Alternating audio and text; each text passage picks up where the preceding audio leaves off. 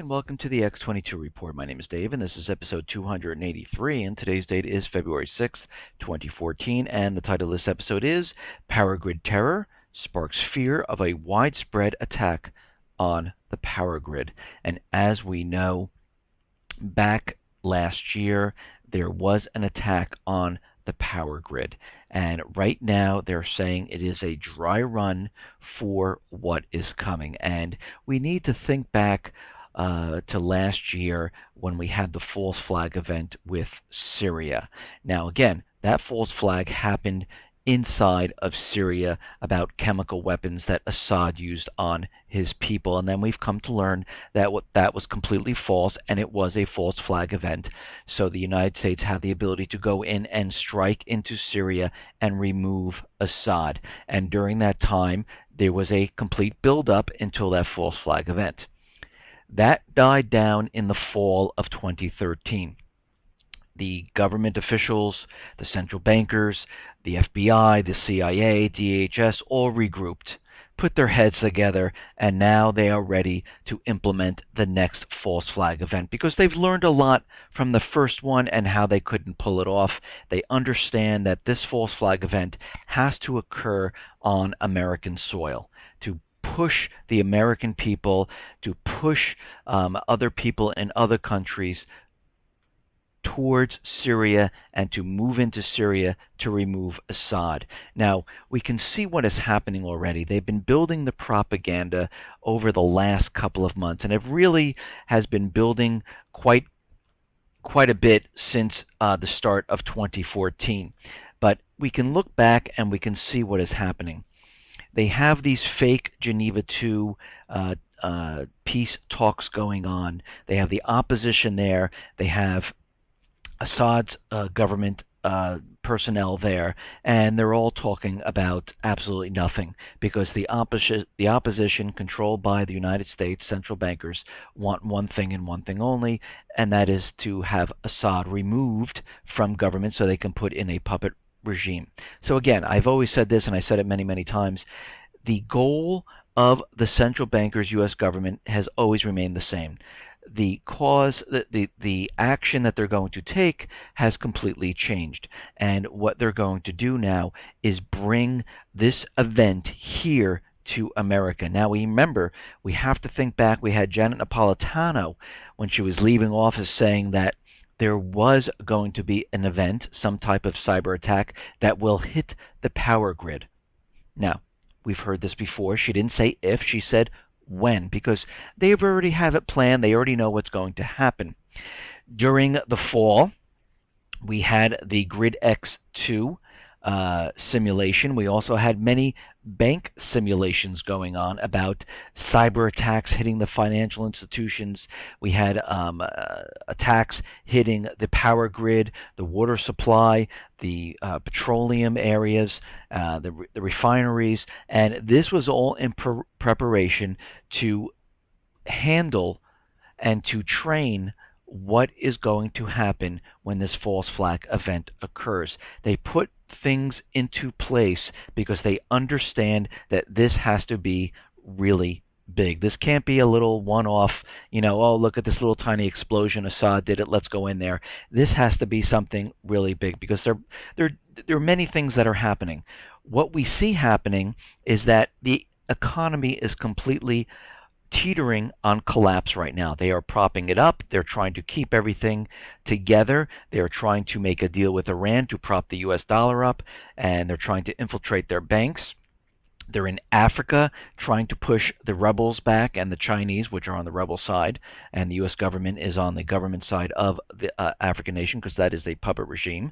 And in the Middle East, we have countries like Iraq, we have Lebanon, Libya, Yemen, and again, the people are rising up, and there are no substantial U.S. forces there to push them back, and this is why we see aid now moving into these countries. This is why we see private contractors being paid for by CIA, U.S. government to go and protect and to train the people in these countries because they understand if these people take the countries back, and kick out the puppet regimes controlled by the central bankers' U.S. government, the U.S. dollar will collapse. And they are getting prepared right now for a false flag event because they understand the collapse is coming, that they might not be able to keep what is happening from happening, and the U.S. dollar will then all rush back to the United States. We will see hyperinflation. Countries will not use the dollar. They will turn to other currencies. They could turn to the euro. They could turn to the yuan, or they might even turn to gold instead. And right now in Africa, we see countries changing their reserves, and they're moving away from the dollar and moving into the yuan. Why? Because Kenya is the clearinghouse for the yuan. So we can see what is happening at this point. And before the Geneva II talks started, we saw them building up a case that Assad is a war criminal. He committed war crimes. And way back, we reported that CNN reported they had intel that they were hiding chemical weapons. And then after that, they said they were developing biological weapons because they were giving up all their chemical weapons, so he was moving to biological weapons. And just recently, they've come out and said that Assad, of course, is hiding biological and chemical weapons in the Alawite sections of Syria. So we can see what is happening right now. Now, they've also been playing up the cyber attacks from the Syrian Electronic Army. They've been hitting Microsoft. They've been hitting CNN. They've been hitting eBay. They've been hitting PayPal. And they've been hitting Facebook, which is the most recent cyber attack that just occurred. So we can see what is happening. They are building this propaganda up because they understand what's going to happen. And just recently now, they brought back the power grid attack on the power grid station in California. And, all the government officials are out there saying, oh my God, this was a dry run. And they've said this before, but they're elaborating on this, saying that, yes, something has to be done. We've never caught these people, and we can see how they are building this up. And we understand that if they put the country into darkness, they understand that there will be riots all over the country. They understand, yes, maybe for the first part, the first couple of days, I should say, people will be calm. I was in Manhattan during the 2003 blackout. I do believe that was a test to see if they can bring down the power grid. And what happened in New York, everyone was pretty much calm. Everything went very smoothly. Where I was on 45th and 3rd, and people were very friendly. Restaurants were handing out food. They were giving $2 beers, and everyone was very friendly. The next day, the lights weren't on yet. People were trying to get out of Manhattan at that time, but it was very difficult to get out. You had to use a bus. The trains weren't working at the time. And if that went on for more than 2, 3, 4 days, people would start getting a little antsy and things would have fallen apart. And we can see, and they understand that this will happen. People will not be able to handle what is going on. They will not have food. They will riot the supermarkets. They understand that people will not have supplies, medical supplies. Toilets won't work. Of course, no refrigeration. So people are going to get desperate and do desperate things. And they understand this, and this is why they've been trying to disarm the American people for all this time. But I'm going to discuss what has been going on since that time, and I believe that everyone should and hopefully has been preparing for some type of blackout scenario. But let's get into the economic collapse news and see what's going on around the world here. And what we're seeing right now is GM is reporting that their fourth quarter revenues is a complete miss. They've been channel stuffing the dealers.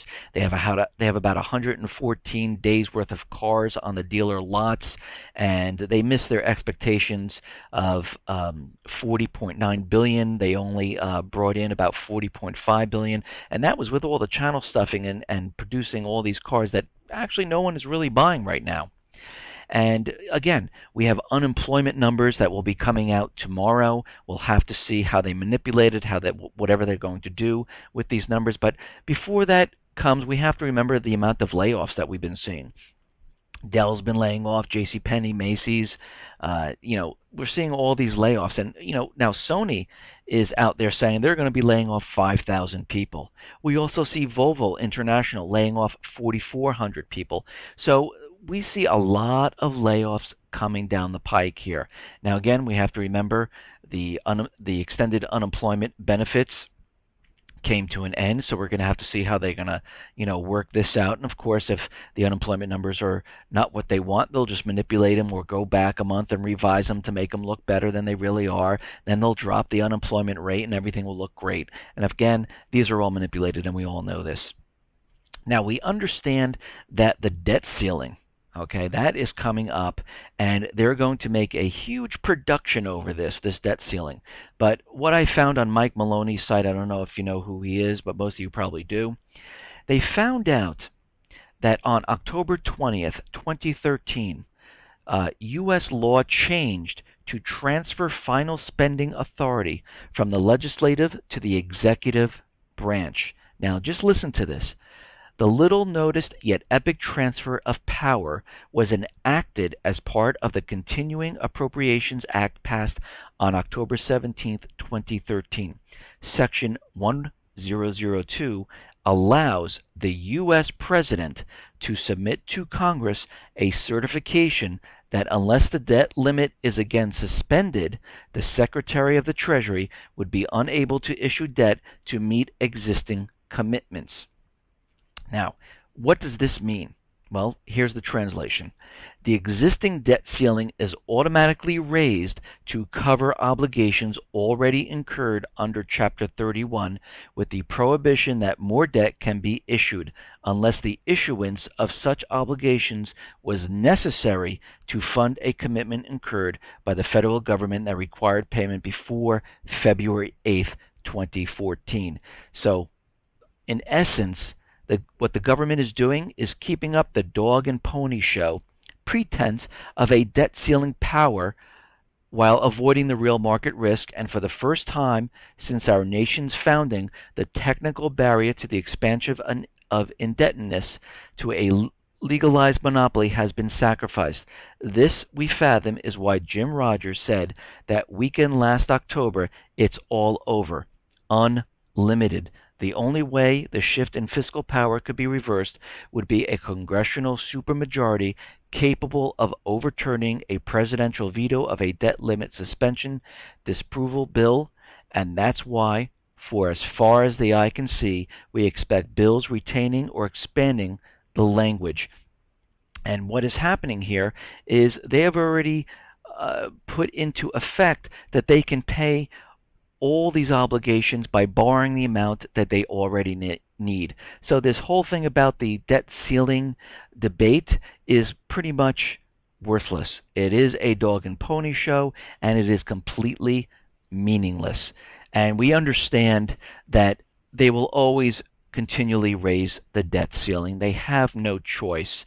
They have to do it because they do not have the revenue from the taxes coming in to pay for all the government expenses, all the programs they have, and to pay the debt, the interest on the debt. There is just not enough money without borrowing more money from the Federal Reserve. And of course, the Federal Reserve just prints up the money out of thin air. And we can see this happening. If you look at a person who's bringing in $50,000 a year and has $100,000 worth of credit cards, and they, of course, they can barely meet the interest payments with the amount of money that they bring in. So what do? They get another credit card and they take a cash advance of $20,000. They pay the interest. They pay their expenses. They run out of money, and they say, uh-oh, we ran out of money. Let's borrow some more money, so they get another credit card. That's actually what the government is doing, and they are up to about $17.3 trillion in credit card debt, and they don't have the revenue coming in to meet the interest payments and to pay for all the expenses of the government. Now, it has been reported that J.P. Morgan has piled up the largest holding of physical silver in the modern world. The bank has accumulated between 100 and 200 million ounces of physical silver, if not more. And to put this into perspective, it surpasses the amount held by the Hunt brothers or Warren Buffett. So they're holding a lot of silver, and I mean, again, we can see why these banks are holding this, because they understand the economic collapse is coming, and they want to have some type of insurance policy to make sure that their wealth is protected. And this is why they invested in land, in oil, and in precious metals. And I believe that everyone should do the same. What I do is every month I put a little bit aside. If I can't afford gold, I pick up silver. Silver is very inexpensive right now, and I believe that everyone should be doing this. And plus, it takes you off the grid. You're no longer in Federal Reserve notes. You're in a completely different type of money. I'm not going to say currency, because it's not a currency, it's actual money. And this is what I believe everyone should be doing at this point. And you should also be stocking up on batteries. You should also be stocking up on food, water. And again, if you don't have enough money to do the gold and silver, your first priority should be water, food, some way of protecting yourself, toiletries, extra medication that you need if you have some type of sickness. And I believe this is what you should be doing and have been doing all along. If you're just starting out, I would start doing this, and that would be the first place that I would put my money towards, because when the lights go out, when the false flag events hits and the economy collapses, you want to make sure you can feed your family. You can take care of your, if you're young and you have an older parent or something, or an older relative, you make sure you have the medicines to treat them and to give them the best the best care they can have. And this is what I believe that everyone should be doing at this time. Now, we understand Obamacare. And right now, the CEO of AOL, Tim Armstrong, is saying that Obamacare is forcing his management team to decide whether they will cut employees' benefits, because Obamacare is going to cost them $7.1 million. And they're discussing right now if they should put it onto the employees, or should they, absorb some of the costs and have the employees pay a little bit. But this is a big chunk of change, and he says this surpassed the amount that he thought he was going to have to spend on health care. And you can see this is not working for the American people. It is not working for businesses. And what businesses are actually doing is they're cutting hours. They're taking full-time employees, making them part-time. Those part-time employees, they're cutting back their hours. They're telling full-time employees, listen, we'll pay for you, but your spouse has to go on the exchanges. So the employee is really paying for, they might have to be chipping in for their corporate health benefit, and their spouse has to lay out money for their own health benefits. So the employee is actually losing out now. And this is going to, and what does this really mean? That people will have less money to spend, they'll have less disposable income, and this money will not be spent on retail. So this year coming up, because more people are unemployed and underemployed, because we know the unemployment is completely manipulated, and those people who have to pay for Obamacare, and we know that this is more expensive, and we understand that the deductibles are much higher, and since they have to lay out medical expenses out of their own pocket, they will have less disposable income, and they will not be using it in the retail stores. So what does that mean? That means consumer spending is going to drop, and this is what's going to happen. Now, we understand that President Obama, during the State of the Union, said he's going to use executive orders because he's going to bypass Congress if we can't agree on something. And Congresswoman Sheila Jackson Lee, who's a Democrat of Texas, told a meeting of the new Congressional Full Employment Caucus, January 29th, that the chief job of Congress in the coming months should be to draft executive orders for the president to sign instead of Congress passing laws themselves. And this goes on to say that Congresswoman Lee's #1 agenda should instead be following her oath to support and defend the U.S. Constitution, which does not allow the President to legislate by executive order. And this is in Article 1, Section 1, Clause 1 of the U.S. Constitution. And this reads, all legislative powers herein granted shall be vested in Congress of the United States, which shall consist of a Senate and a House of Representatives. If all legislative power rests in Congress, then it stands to reason that none remains for the President. The President has no authority for creating work outside of any law passed by Congress. And we have to think about this. Lee's suggestion that the role of the legislator should be that of an advisor toward presidential legislating by executive decree. And if you listen to what she is saying the same thing that Hitler said, because Hitler wrote that the executive branch should be in control of the legislative and executive functions of government, while the legislative branch should be regulated to a mere advisory role in which the executive would make the laws. So the president and his followers are completely setting him up to be a dictator, and he will start bypassing Congress every chance he gets, and he will be saying that these executive orders are law. Now, Congress should be very angry and furious, and they should be really pissed off and stopping him at every point, every turn he makes. And what we're seeing is there is a few Congress people in there saying this, but most of them, they're bought and paid for, and they just worrying about their donations, their campaign contributions, and their next election, and they are completely worthless. And again, everyone in the government is supposed to be working for we the people. This is the contract they signed. This is the oath they've taken. They are supposed to be supporting and protecting the American people, but what they are doing is completely not that. And this goes on to say, when the legislative and executive powers are united in the same person or in the same body of magistrates, there can be no liberty. And this was one of Madison's quotes. Again, one person can't be doing everything, because that is pretty much a dictator, and there's no reason for the rule of law and to have a debate on the issues. And that is the whole purpose of the way the United States and the Constitution is set up.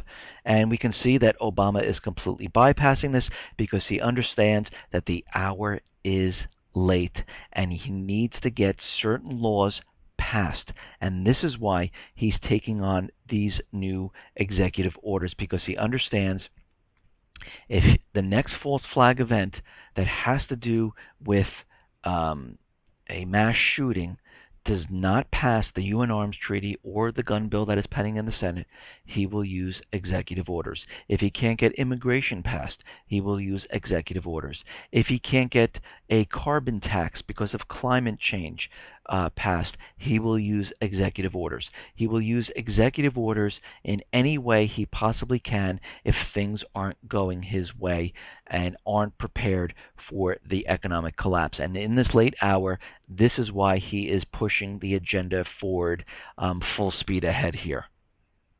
And we have to remember that they need to control the American people. And the only way, they control the money supply, they control the corporate media, but they do not control the internet.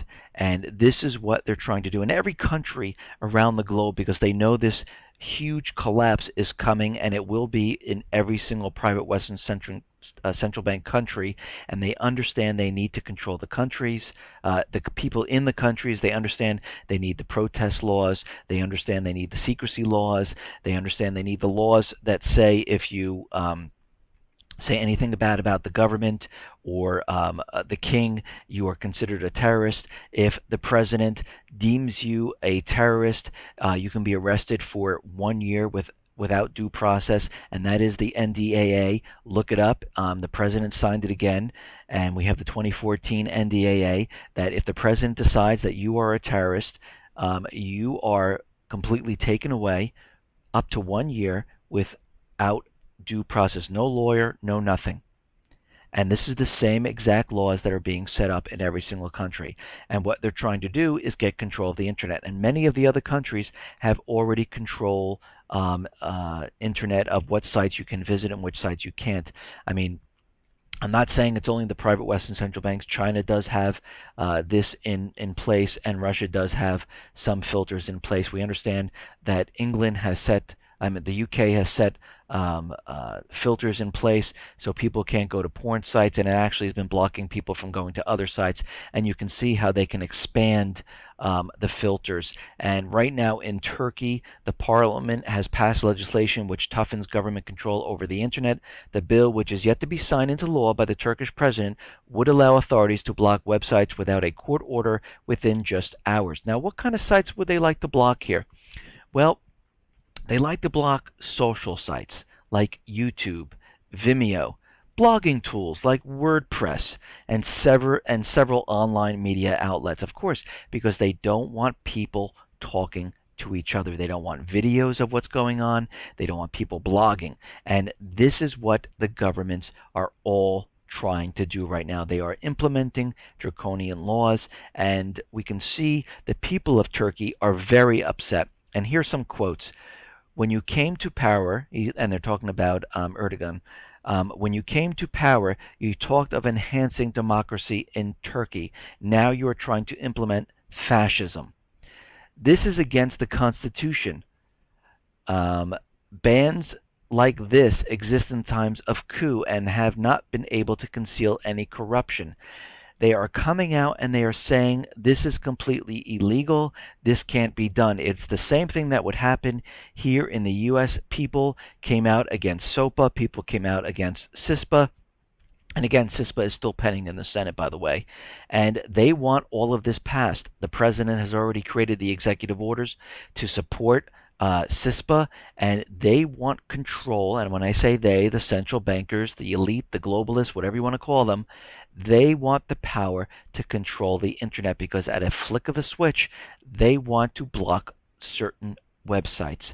Plus, we already know they have a kill switch in place to shut the internet down whenever they want. They also have kill switches to shut down cell phone services, and many reports ago I reported on that the Armed Forces, Department of Defense, have set up a separate internet system so they still can communicate with each other, but the public internet would go down whenever they want, and they want full control by passing these laws. Now, as we know, the powers that be, the central bankers, the globalists, the elite, they want to keep an eye on every single person. That's why they have the NSA spying. That's why they have the fusion centers. This is why DHS has been giving grants to local law enforcement, providing them with tanks, with assault rifles, with AR-15s, with armed force clothing, and making it look just like DHS officers. They are completely getting ready to track and keep an eye on everyone. This is why they're coming up with the Real ID. This is why they want every single state to be in compliance with Real ID, so all information from your license can be downloaded into a federal database. And they will also have your iris scan of your eye, they will have your fingerprint, and they will have a DNA sample. This is what they're trying to accomplish so they can track you easily. And they will be setting up checkpoints around the country. And this is why they've already implemented the 100-mile constitutional free zone, which really doesn't exist because there's no such thing as that. But of course, if they come up with a law, they want people to believe it. And if you do believe it, then it does exist. But under the Constitution, there's no such thing as a constitutional free zone. And in these constitutional free zones, what they like to do is set up checkpoints and use your Real ID to move from section to section and make sure that they know who's where and who's what. Now, a couple of reports ago, I've been telling you that they've been putting up blimps, and of course they're using this to say that, you know, they're putting them up there to detect missile launches and to protect the nation. But right now, a new class of surveillance cameras is able to monitor an area the size of a small city for hours on end. And these cameras can be mounted on a fixed-wing aircraft, allowing them to see every vehicle and person up to 25 miles away. What they can also do is they can also be connected to facial recognition, and they're able to track you using your facial recognition. Then that can be used and correlated to the database of your real ID to track you to make sure you are the right person, and they'll match it up with your DNA, your information on your real ID, and your iris scan and fingerprint. So they will have the complete tracking ability of everyone. And we have to remember, starting this fall, there were 2 blimps that they put up about 10,000 feet over the Maryland, over Baltimore, over D.C., and you're going to see more blimps go up all across the country. This is what's going to happen. These blimps can be fitted with these cameras, and they are capable of watching people, hours on end to continually track you where you are. And we can see what is happening here. Welcome to the police state. Now, why would they have to track everyone? Well, because they know the collapse is coming. They understand what's going to happen. They understand once this false flag event goes live and they cover up this collapse, people are going to flip out. Things are not going to be easy for people. People who are completely unprepared are not going to be able to comprehend this. And I don't know if any of you have seen The Matrix, but when Neo first learned that he was in the Matrix and the real world was completely different, he popped and he couldn't take it anymore. Well, people are going to pop. They're not going to understand what is going on. And I've told this story before. Back sometime last year, we had people that we knew, maybe it's a year and a half now. We knew people. He was working and he lost his job. He was laid off, and the wife could not, understand this. He couldn't find work. He still had unemployment. He still was getting a severance, but his wife completely broke down and hid in the house for 1 week because she couldn't take what was going on. Now, just imagine and take this and multiply this by 100. When the economy collapses and people can't get their money is gone. They can't get food because the shelves of the supermarket are completely wiped. They have never prepared, so they have no food in the house. Maybe they have 2 or 3 days worth of food, but that's it. They have nothing to protect themselves. What do you think these people are going to do? And this is why they need to watch people and pick up those people. Once this happens, they will become a threat to the government because people are going to look at the government. But of course, they're going to try to distract people with this false flag event and blame it on another country. But there's going to be a small group, about 10 to 20% of the people are going to know that the government is responsible for this, and they need to keep these blimps up. They need to be monitoring the whole situation of where everyone is. Okay, let's continue here. There was a report out there saying that the U.S. was implicated in destabilizing and destroying dozens of countries. Under the pretext of fighting for peace, democracy, and other values, the U.S. and its Western allies actually participate in the destruction of other states. And right now, this has come out from WikiLeaks, saying that the United States was involved in many different actions, and this has gone on to say that the U.S. has destroyed about 73 countries and killed 26 million people since 1945. And we understand, and I'm not saying that I'm against the United States and I'm for China or Russia or any. I am just reporting what is going on here. And we can see, if we look through all the crap that they feed us, we can see what actually is going on here. The United States, the central bankers, need to keep the U.S. dollar propped up. And they will use any means necessary to make themselves richer and to have power. And this is why they go into these countries, and this is why they do drone strikes and they don't care who they kill. They do this because they understand they are making a lot of money and they want to control most of the world.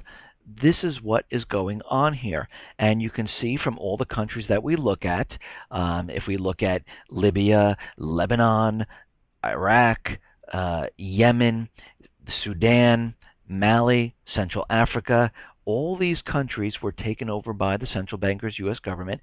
The puppet regime was put in there, and they implemented a central bank to issue their currency at a loan to at loaning it to the countries with debt. And again, all this is not sustainable, and we all know that now. And they do this across all these countries. Now, the Ukraine, on the other hand, they are trying to remove the government of the Ukraine because they want that country. So they are on the side of the rebels.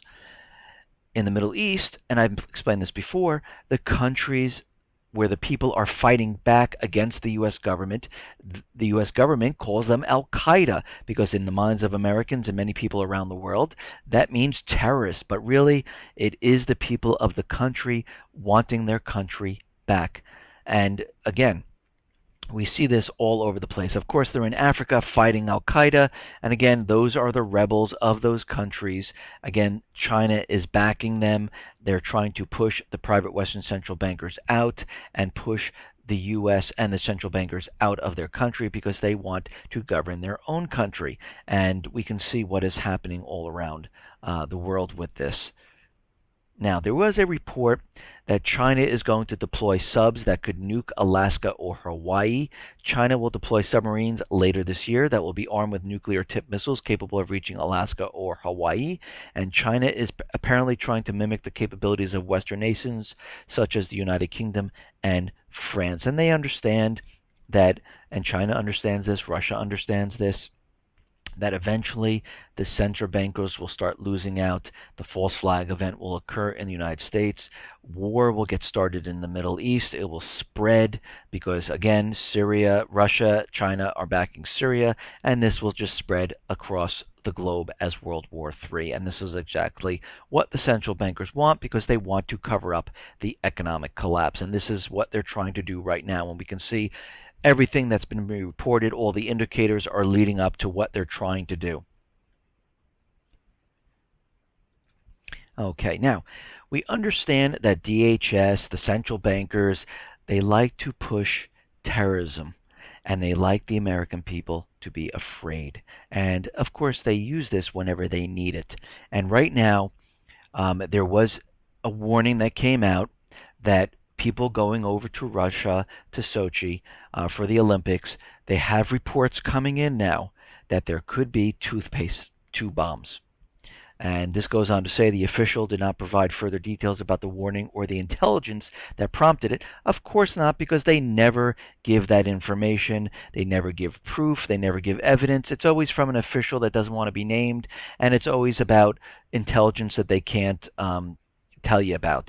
But an official with the Department of Homeland Security, while declining to discuss the specific warning, said the department regularly shares relevant information with domestic and international partners. And right now, they have given the warning that there could be a toothpaste bomber, and they're warning all U.S. citizens arriving in Sochi. And again, they've told the Russian people about, the Russian government about this, and this is just a warning to let us know that there is terror out there, and the U.S. picked up the terrorist threat. Now, there is an interesting report.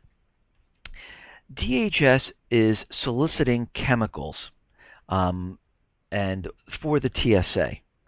And what they're looking for is potassium chlorate. It is a colorless crystalline solid that is able to dissolve in water.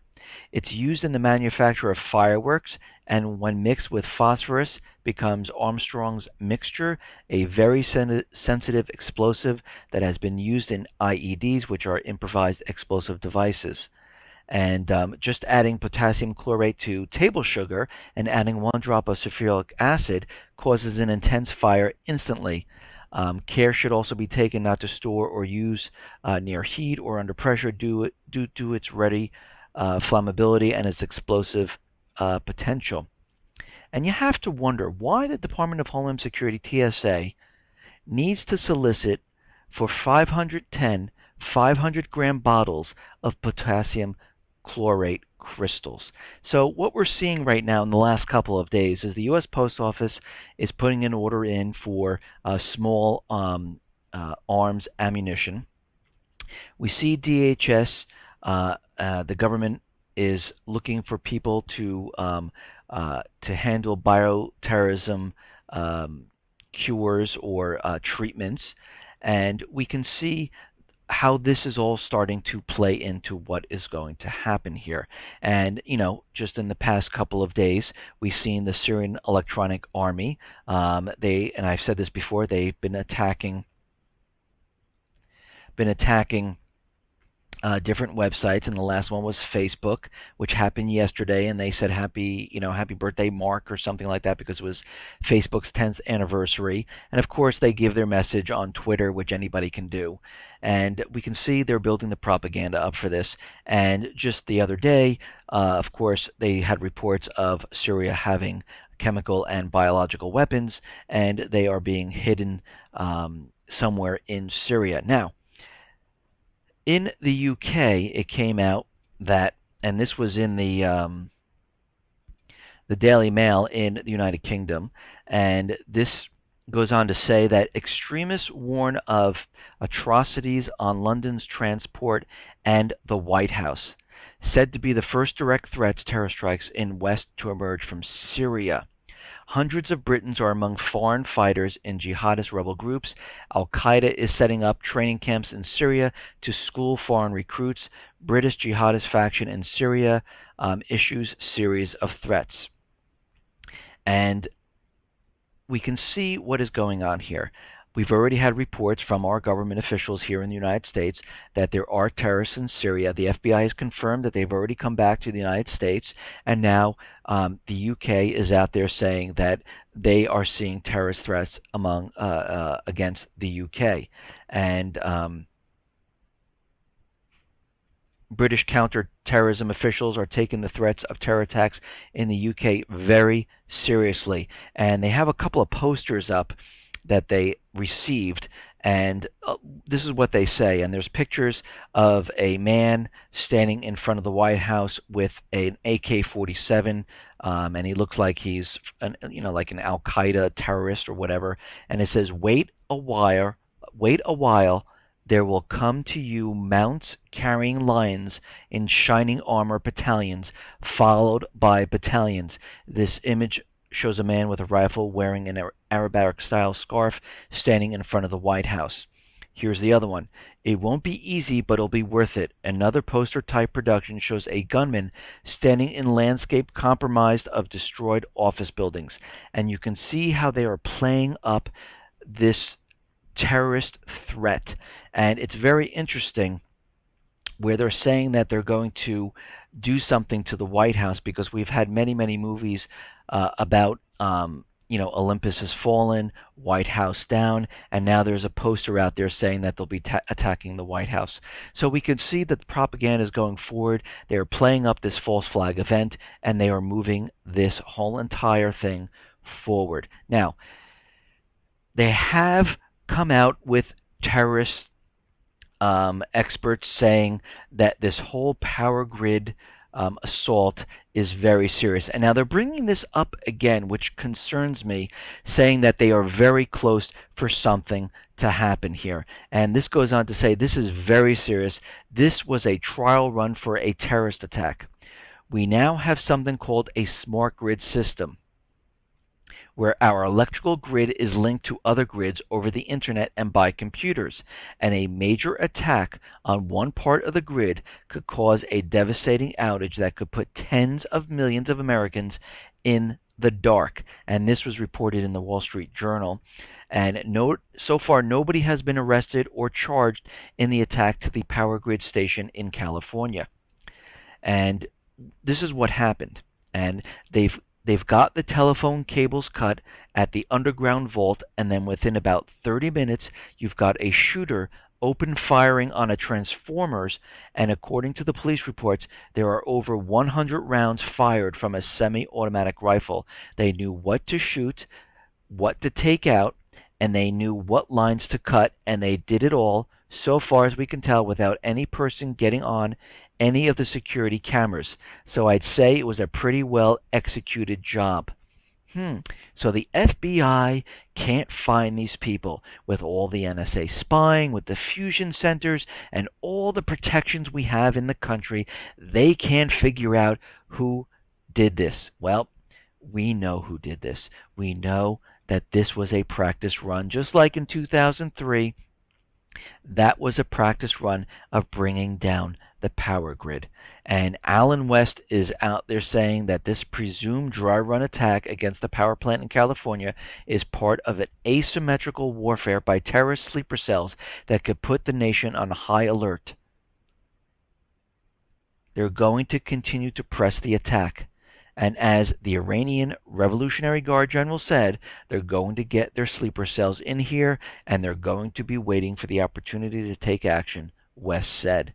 So we can see what is going on here. They're playing up the propaganda for the Iranians. They're playing up the propaganda for the Syrians, and they are bringing this all together for the next false flag event.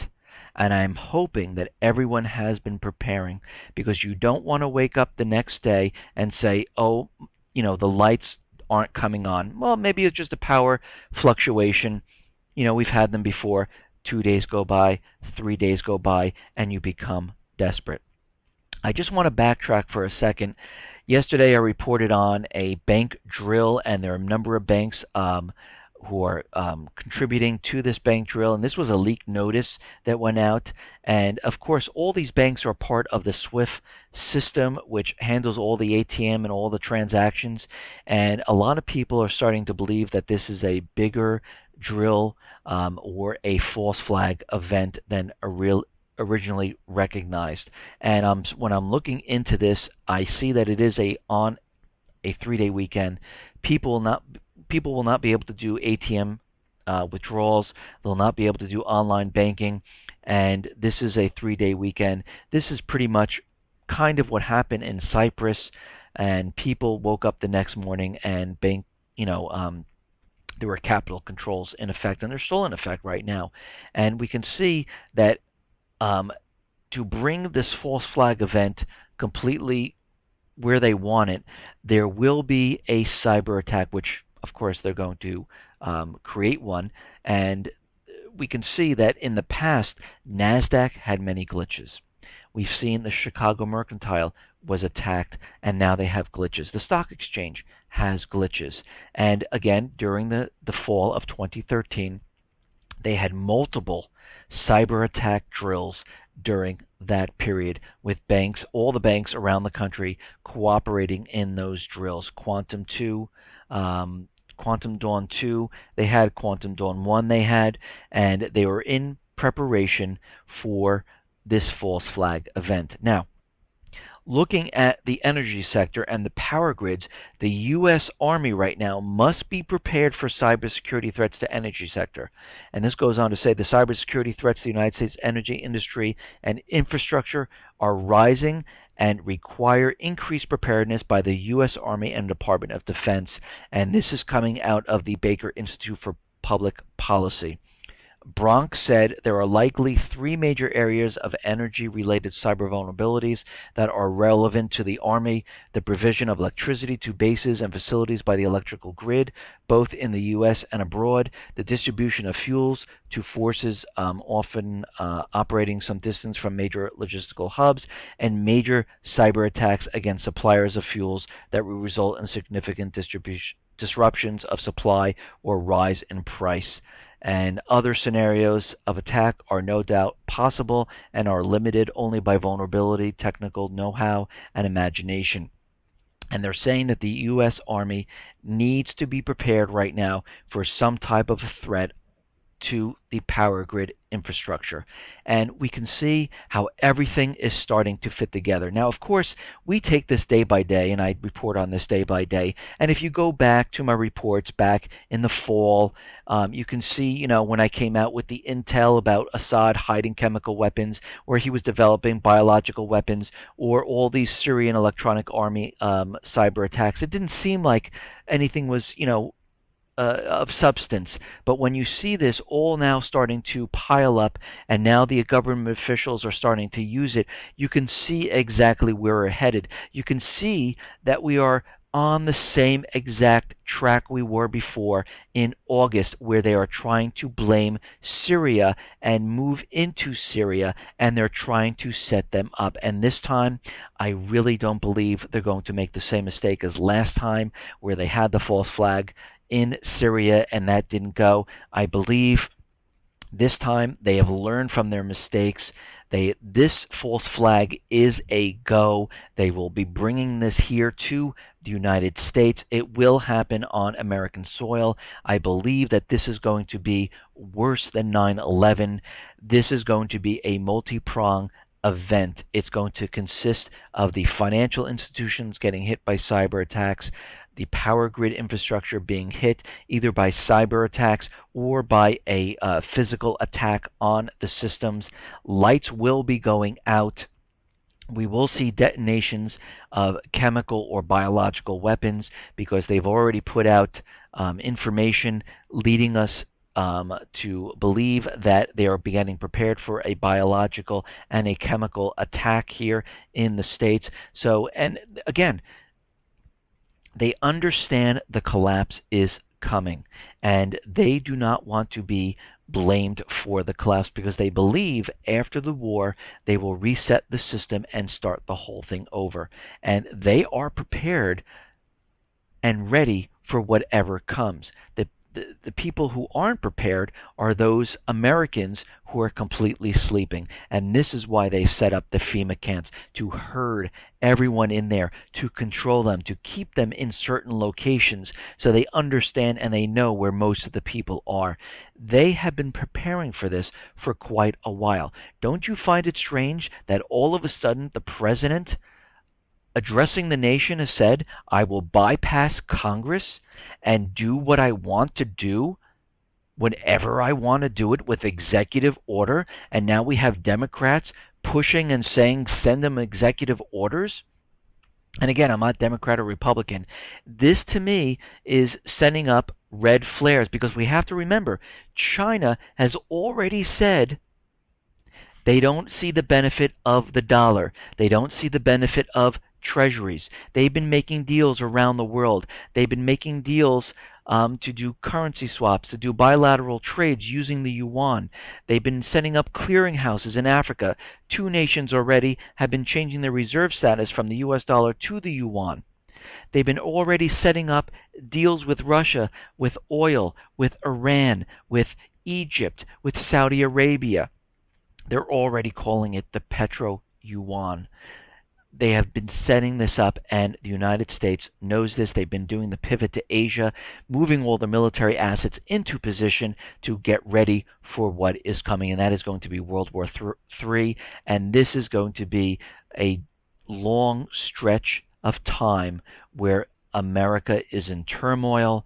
People are going to not react well to what is coming, and it's going to be a very frightening time. But the most important thing that I need to tell everyone is to make sure that your family is safe. Make sure you can protect them. Make sure you have plans with your children. Make sure you have the ability to move at a moment's notice. Make sure that you have the food, the water, the medical supplies, the toiletries. Make sure that you have cash on hand, not knowing that it'll be worth something, so make sure that you have silver or something to barter with. Just make sure that you are prepared, because we don't know what this is going to turn out to be. In my opinion, I believe that this is not going to turn out well for anyone. Listen, everyone, please be safe, be well, and especially be prepared. Thanks a lot.